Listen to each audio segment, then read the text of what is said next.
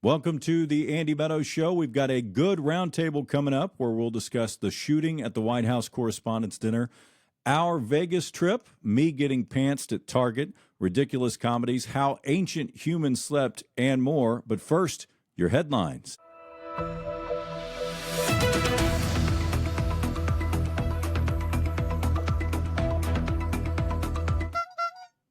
It appeared as though we had a third assassination attempt on Trump last night, this time at the White House Correspondents' Dinner. The vice president and president were rushed off stage while the shooter was apprehended. Luckily, no one was hurt, but it was still the most violent White House Correspondents' Dinner since Obama brutally roasted a billionaire so harshly that he decided to take over our country. While, as predicted, my Cowboys focused on defense to shore up the worst defense in NFL history, this week's NFL draft did feature a few surprises, including a QB going high in the first round, despite only starting a handful of games in college, and a few players with first-round grades sliding for injury histories and other unknown reasons, creating those wonderfully uncomfortable moments where the ESPN cameras pan to a party full of bored and disappointed family members gathered around a large grown man trying not to cry. Girls creator and lead actress Lena Dunham's tell-all book Fame Sick keeps revealing bombshells about how her good-looking, mysterious co-star might have wanted to screw her off-screen as well, something no one else corroborates, by the way. But hey, I'm pro whatever helps you sell a book in 2026. Speaking of screwing, current Mavs star and former four-time NBA champion with the Warriors, Klay Thompson, was publicly accused of cheating by musician Megan Thee Stallion, who he's been in a relationship with since last summer. She took to Instagram to say, "Cheating, had me around your whole family playing house, got cold feet, now you don't know if you can be monogamous.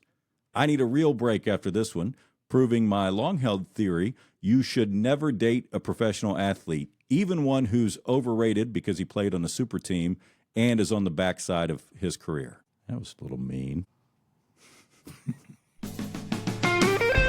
don't always seem as mean when you hide it.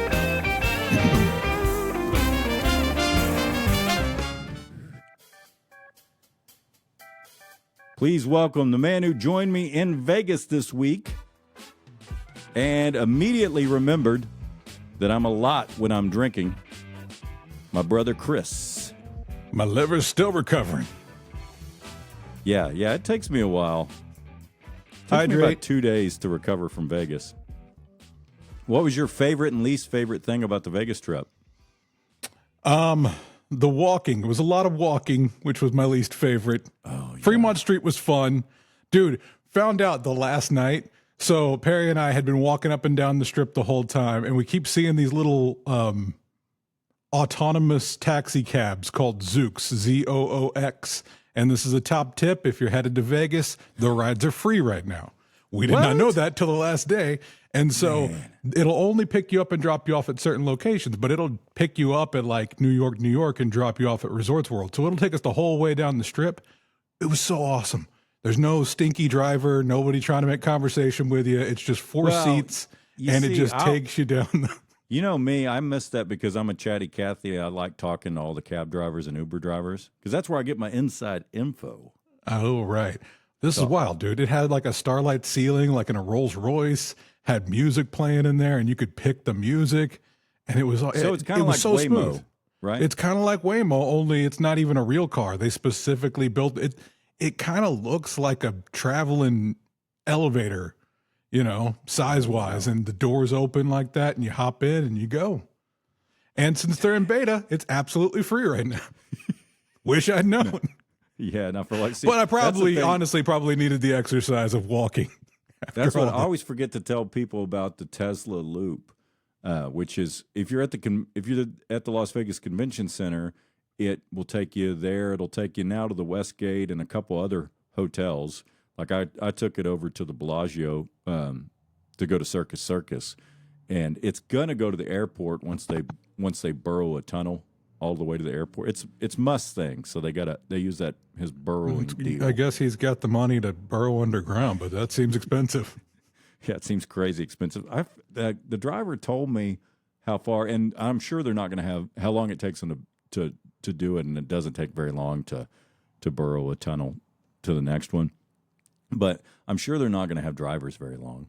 I'm sure it's going to be so it's still a dude in a car? It's still a dude, and it's kind of scary because it's super tight. I mean, because they're burrowing underground, they burrow it basically just barely the size, a little bigger than the Tesla.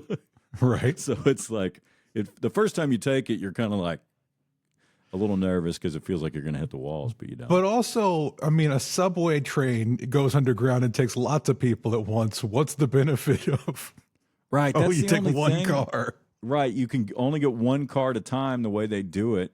And all the drivers get mad at the other drivers because they almost hit each other all the time. Like I had a couple times but I think Teslas have a warning thing or something. Oh, yeah. I think they talk to each other, I'm sure. But no, it's not a super efficient way to get lots of people through. Like the only reason not a lot of people know about it. So when you go, it's still pretty quick to get through there. I never waited very long. Like there were times like the line for a cab or an Uber at the convention center was like frickin' a mile long, and you're like, nah, I don't want to wait for that. But you hop over that thing is super quick because I don't think everybody knows about it. Is it free? No, it's cheap, but it's not free. It was free the first year they had it, but it's not that expensive. But it is kind of a cool way in a hot city like Vegas that you're underground, so it's not. But yeah, how's it any different than a subway? It's worse because lots of people can go on the ride on a subway. Yeah. Why didn't he just build a Tesla, little like longer car that had multiple seats in it? His original plan, and when they were doing it in California, but building anything there, you go through so many hoops. They gave up on it, but it was to do the high-speed rail underground. Right. So basically, that's like a maglev kind of thing, version of a subway. But instead. Oh, I got pantsed at Target last night. Really? Pantsing is a thing still? Not on purpose. I had two of the three kids with me, and I accidentally wore shorts that I didn't realize were too loose on me. And I had, when you go to the store, you'll have all this crap in your pocket. Yeah. So because you're using your pants as a purse. Yeah. So I had my phone, my keys, my wallet, all in these shorts, and I went to pick up. Annie's actively running, peacing out, and I'm trying to yell at her to stop, and I'm picking up Madeline the container in the cart, and my pants fall all the way down, completely. Nice. To the and point you got kids in your hands, and so you're like, what do I do? Do I drop I got a kid? one kid in my hands yelling at another kid. My pants are down around my ankles. Luckily, I was wearing boxers instead of like something even more embarrassing like tighty whities or a thong. Yeah. But you could audibly hear people like, audibly heard a gasp or two and at least one couple laughing because it had to look hilarious in their defense. Have you ever been pantsed? Sure. College, high school. Yeah. That was a thing. I dunked a basketball one time in high school, just goofing around, and somebody pantsed me because they were probably mad that I dunked on them or something. And it was kind of embarrassing. It's rude. That's sexual assault nowadays. I got a date out of it, though, because one girl was laughing, and I was like, I walked up to her, and I used that as an icebreaker. Oh. What are your thoughts on the White House Correspondents' Dinner shooting? I have so many thoughts. Come on. Well, I mean, I'll go with it happened at the Hilton, same place that Reagan got shot. Hinckley's been out. Right. Hinckley's been out, fully released, no conditions since 22. So my initial thought was, man, he's really trying to impress Jodie Foster this time. Then you saw the video of how fast the guy ran, and you're like, that's not Hinckley. Like, how crazy would it be if he's like, all right, I got another shot at this? I didn't realize that was the same hotel. You're talking about 1981 when Hinckley tried to shoot Reagan, and the Brady bill came out of that. Yeah, he got Brady. He got Brady. And he was trying to impress Jodie Foster. Yep. And Dallas. Do you know he was a Dallas guy? I think I did know that, but I'm not sure. He's either from Dallas or his family's from Dallas or he moved back. I can't remember what the deal was. So you're saying he probably wasn't at the correspondence dinner. But, full circle moment. But, man, talk about premeditated. Because, this is the first one Trump's been to. Well, that's where my conspiracy theory hat comes on. It's like, he really didn't want to do it. So he's like, "What? How can I get out of this? Oh, we'll stage an assassination." And he didn't like my thought on the assassination attempt during the campaign that some people thought was staged, because it did obviously help his poll numbers. I thought, okay, somebody got killed behind him, and the shooter got killed. So, I mean, that's a tall ask to say, hey, to hire somebody to do that. I can't imagine that one was staged. But this one, the shooter didn't get killed. See, I've been looking for information this morning, and for being a press dinner, there's very little it seemed like out there at the time. It was like, what are you guys not talking about? You're the press. No, part of it is like the press has gotten a lot of crap about being wrong on this stuff because the initial reports are often wrong. Like the initial reports were he had a shotgun, which he did have a shotgun, but he also had a pistol, because you can't shoot. I mean, if you want to try to kill someone with a shotgun, you got to get super close. There is no chance you're getting that close to the president at a White House Correspondents' Dinner with all that security. So he also had so this was very premeditated. Like the guy had a pistol, the guy had a shotgun, the guy took a train to get there because you can't fly with that stuff. So he booked. So the weird thing about the White House Correspondents' Dinner it's at a hotel, right? You said it's at the Hilton. So you could also just stay at that hotel while it's going. Like your average Joe can't go to that thing. Like if you're not a member of the press, you can't just buy a ticket to the White House. You maybe, if you're rich, super loaded, I'm sure. Well, Trump went to it before he was president, and he wasn't a press member. So some people can get he was access. Also he was friends with a lot of people in the press. I mean, and he's a billionaire. A billionaire could go to it for sure, but billionaires don't typically assassinate people themselves. So that's what I'm saying. This guy planned this out quite a ways in advance because he took a train, he brought his weapons, and he stayed at the hotel. So, like, it's pretty clear he was going for Trump. You wouldn't do all that to just go for a VP or someone. Caitlin Collins at CNN. I mean, you wouldn't. It had to be.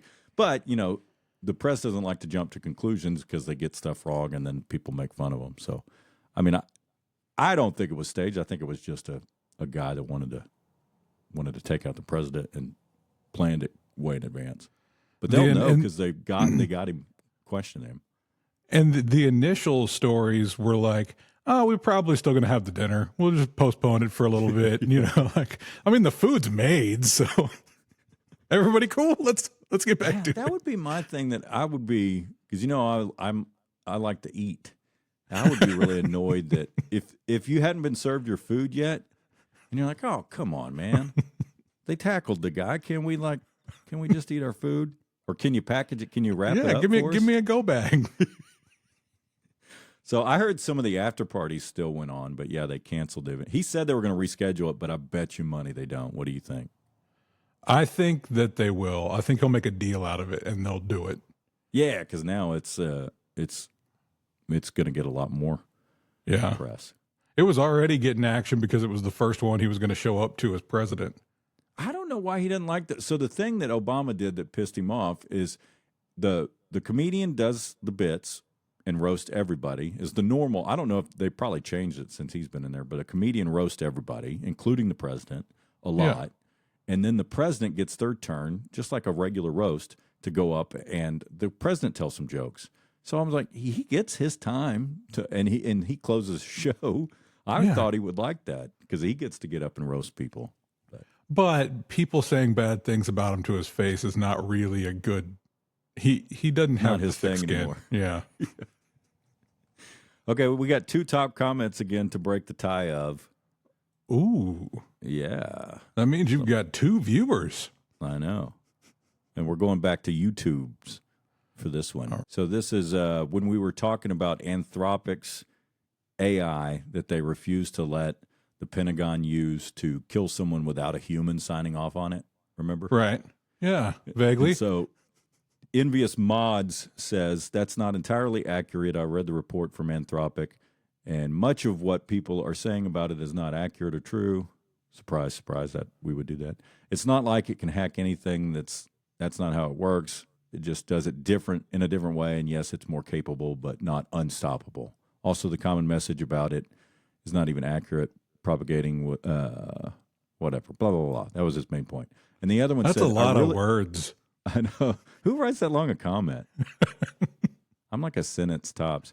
And then Michael Falcon G3F said, I really don't give a S who kills. What's the difference? A flawed human or a flawed AI? That's a odd take. The opponent is still dead. It's like saying shooting is bad. The bullet killed the enemy. We're against that. Fight with your bare hands, really? I mean, I would like to see wars with bare hands. That would be... I'm on board for that. Yeah, but I mean the whole what's the difference, a flawed human or a flawed AI? I would much rather a human sign off on killing somebody. Mainly because one human probably can't kill a whole bunch of people, whereas one AI can kill everybody. Right, yeah. But out of the two of those, which one gets the top comment? Oh, the flawed guy, just because the other one had too many words. Yeah, I agree. Too long. Other than that, plus I like keep your comments short. I like that you took a hard take, even though I totally disagree with your hard take. Oh, I want to reshare my screen again. So my favorite thing about Vegas by far did not happen at the convention we attended. It happened on Fremont Street, and it is a twerking gorilla. Oh, yeah, yeah. Come on, how do I play this? There we go.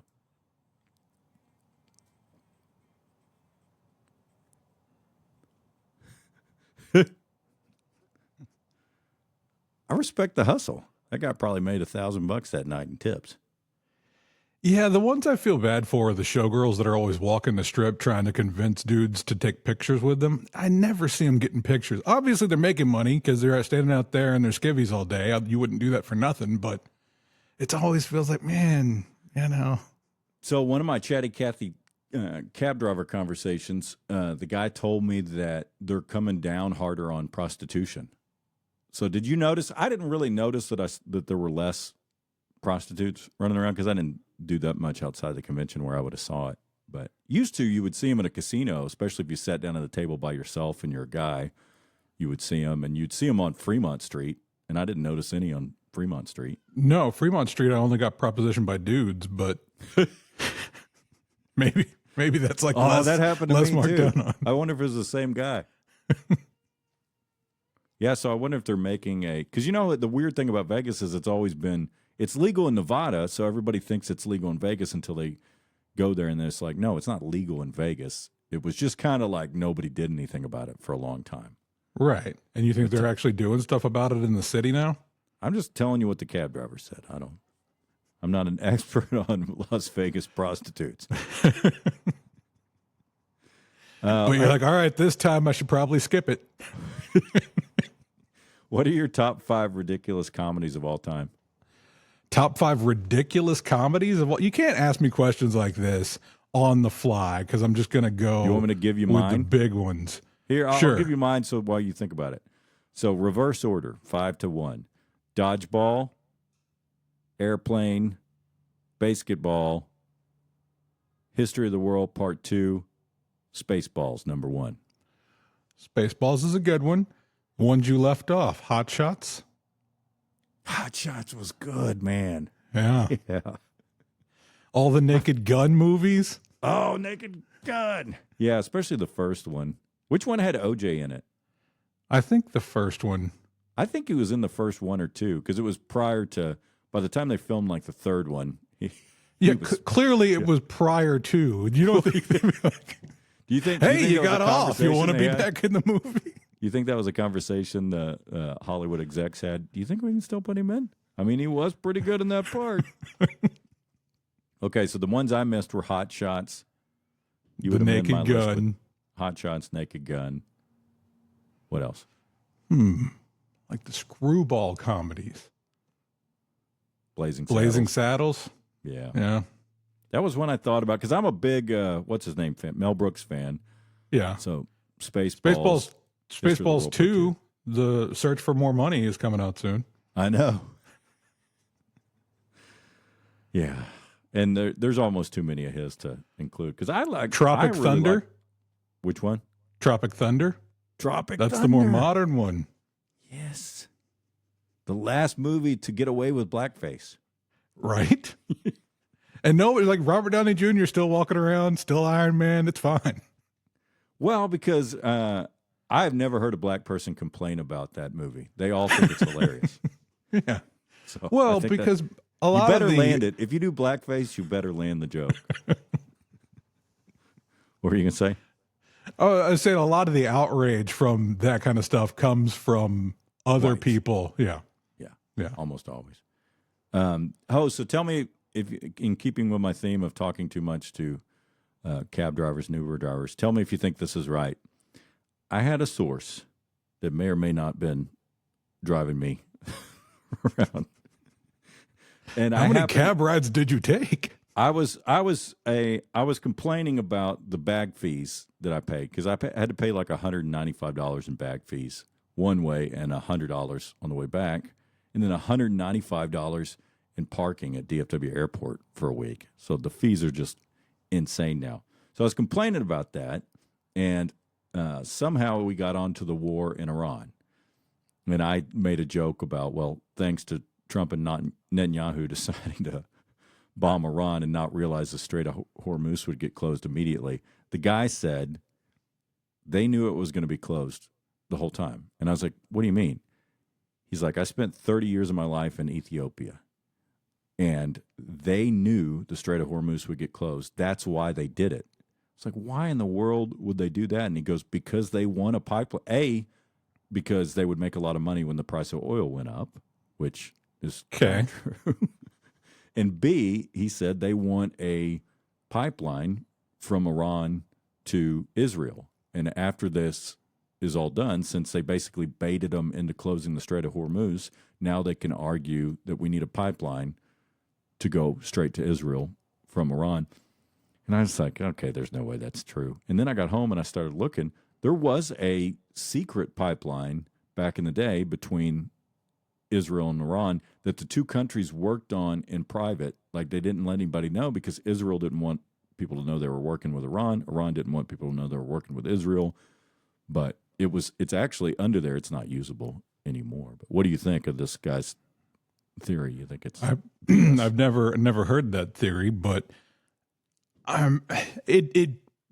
you would think that somebody would have known beforehand. Yeah, this is going to happen. That's the thing. Is like there's consequences to actions. You don't think they played them all out, or was he just like, yeah, sure, Netanyahu called. I got to drop some bombs, so let's press the button. Right. Yeah, which is kind of how it seemed at the beginning, like he got like the wool pulled over his eyes by Netanyahu and talked into doing it. But maybe they knew all along that it was going to get closed, and maybe that's when we'll know is if they come out later and they say, hey, by the way, we just thought of this great idea to build a pipeline between the two. I'm going to go, that guy was right.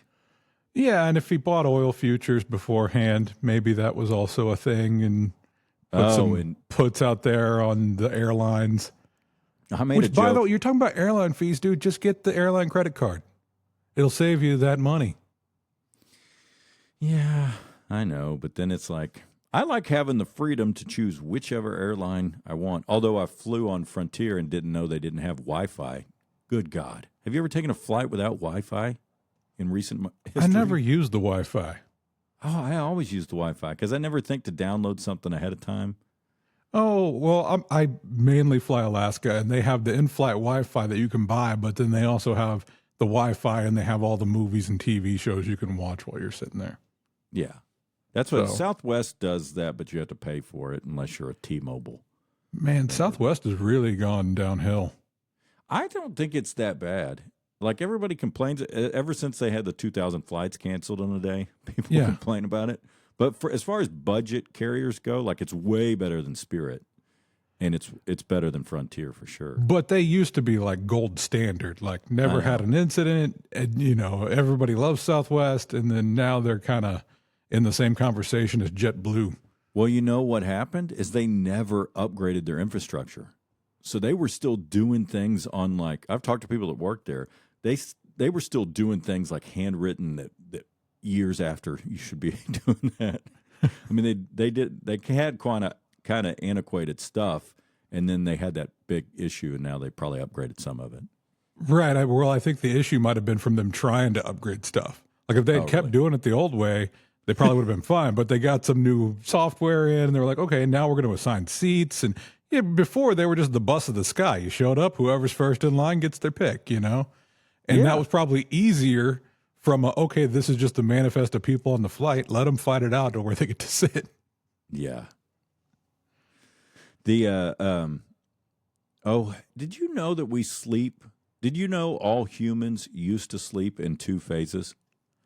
Oh, I've heard this like first sleep, second sleep thing. Yeah. You've heard of first sleep, second sleep. I'd never heard of that. Yeah, I think their theory was because there was no artificial light. Correct. The only thing you really had was fire or candlelight, maybe an oil lamp. So people would go to bed with the sun and then wake up in the middle of the night and hang out for a little while, have a dinner, and then go back to bed till the sun comes back up. Yeah, it's basically most people did. They still got their 8 hours, but they do like 4 hours. And then in the medieval times, they called it the watch. So there's like a 2-hour block in the middle where you did just what you said. You either went over and hung out with friends, you hooked up with your lady friend, you read a book, you did whatever, and then you would go back to sleep for 4 more hours. So it just elongated the night. But that's how that's how I'm supposed to sleep, I think. I think that's why I have sleep issues, because I almost always sleep kind of that way. So I think I'm just an old soul that's like, maybe. So maybe cancel the electricity at the house, and then you'll be forced to.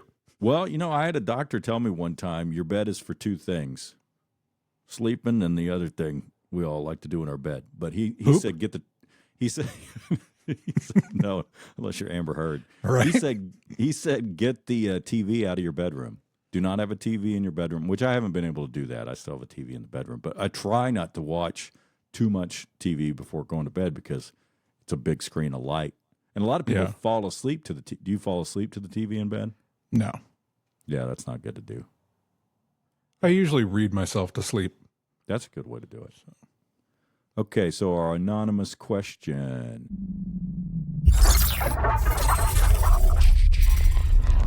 John in West Virginia asked, I just found out my wife is a speakerphone in public person. Am I in the wrong to think this might be a deal breaker?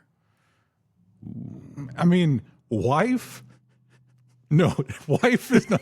This is not Should a I divorce. leave my wife because she talks on girlfriend? speakerphone? Yeah, we'd have a conversation about deal breaking. Yeah. So I wouldn't say you should get divorced. This is not an irreconcilable differences thing. Just get her some AirPods, dude. If she can't hold the phone up to her head, get her an AirPod to stick in her ear. But yes, speakerphone in public is really damn annoying. Yeah, I'm really a speakerphone in my house or my office, whatever. I never use that. But if I'm in public, I'm not on speakerphone. Yeah, I totally agree. I disagree with you, though. I don't care unless you have children. To have kids. But if you're married to someone and you find out, but I do have better or questions. worse, till death do us part, unless you're on a speakerphone in public.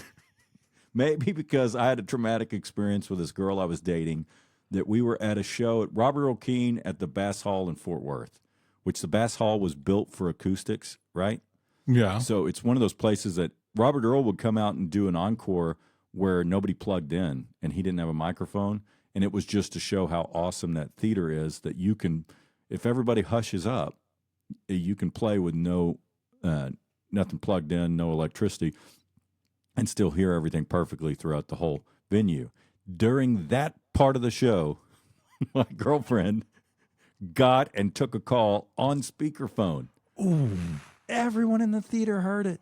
And I'm just like embarrassed as can be and raging. I was so mad. And afterwards, we got in this huge fight. I'm like, how could you do that? And we didn't last after that. Clearly. So, yeah. So my thing is, I was dating that girl. How would you marry someone and not know that they were? Because to me, speakerphone in public consistently is a POS type behavior. That's what's gotten worse is that FaceTime is always a speaker thing. You can't do FaceTime unless you got AirPods in or something. Yeah, but you can choose. So not people to are answer the FaceTiming me in FaceTime. public, and I'm like, I'm in public, you know. But if it's family FaceTiming you, you're not going to be a jerk about it. That's the only time. But even if I'm in public, I try to like go off to the side somewhere and go, hey, man, I'm doing this right now. I'll call you back kind of thing. Yeah, you have a good point. If it was FaceTime, maybe that's not. But see, what I do when I get a FaceTime call in public is I either A, just ignore it and call them back when I'm not in public, or do what you said. I take it and quickly walk over to the side and say to them, hey, I can't talk. I can't do a FaceTime right now. I'm out in the middle. Because I also don't want some of my friends that FaceTime are going to say something wholly inappropriate that I don't want to be like. If I'm in a bus or a train or something, I don't want them getting on and saying. A friend FaceTime is an aggressive move. Family FaceTime you get, but when it's just somebody, one of your acquaintances FaceTime and you're like, oh, really? Yeah, that is true. That is a weird thing. It better be family if they're FaceTiming. But anyway. Oh, hey, do you have any Rex or rants? Oh, I do.